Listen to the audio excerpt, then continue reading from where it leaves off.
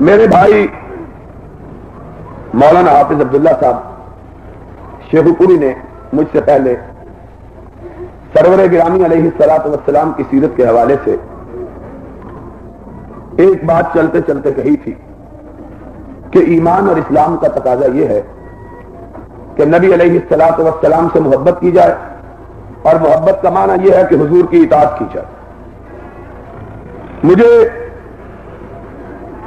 اس لحاظ سے بڑی سہولت ہوتی ہے کہ کوئی پہلے تقریر آدمی کر دے تو پھر زیادہ تقریر لمبی چوڑی سوچنے کی ضرورت نہیں رہتی۔ آدمی جو پہلے بات ہو رہی ہے اسی پر گرہ لگا دیتا ہے، اور خطیب کے لیے کسی کی تقریر پہ گرہ لگانا اتنا ہی آسان ہوتا ہے جتنا شاعر کے لیے شعر پہ مصرع اٹھانا۔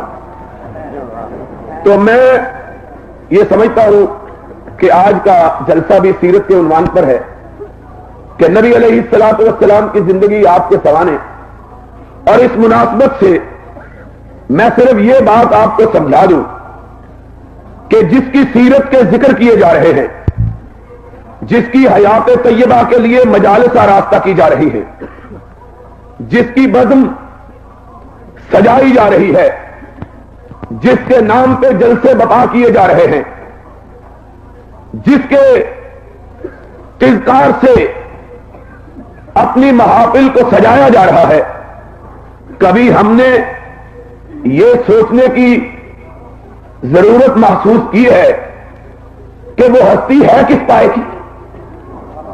اللہ نے کیوں اس کی سیرت کو ساری کائنات کے لیے نمونہ قرار دیا؟ وجہ کیا ہے؟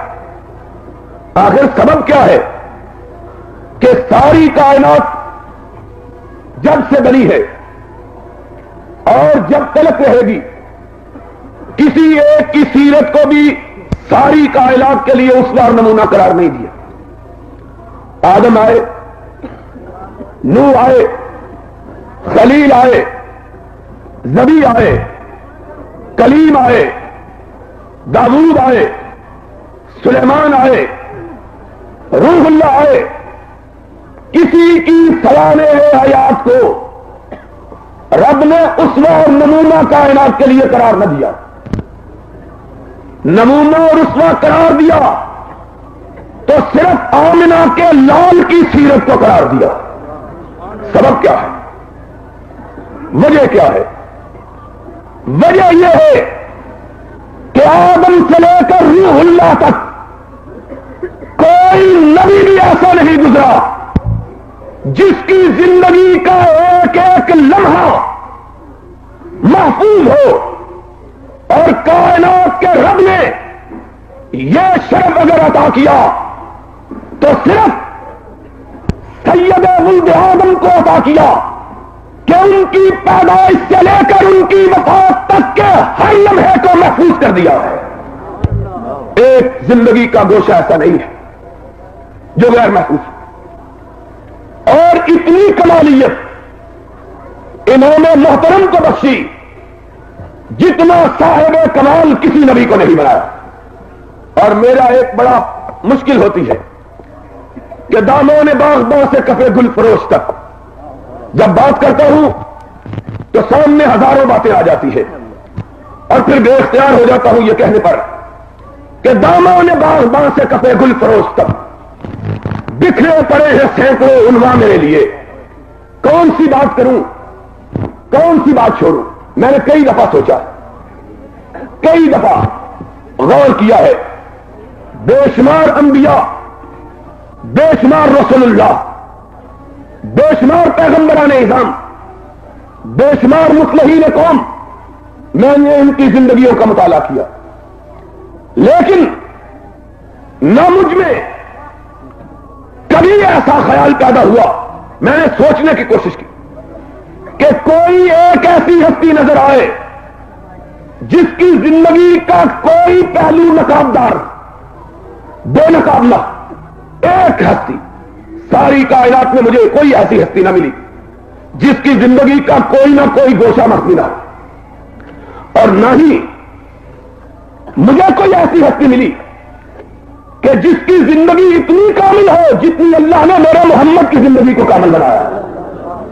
اسی وجہ سے ایک عیسائی نے کتاب لکھی اور اس نے یہ طے کیا کہ میں نے شعبہ زندگی کے ہر پہلو پر ایک شخصیت کو چننا اور اس کو مثال کے طور پر اپنی کتاب میں رکھنا.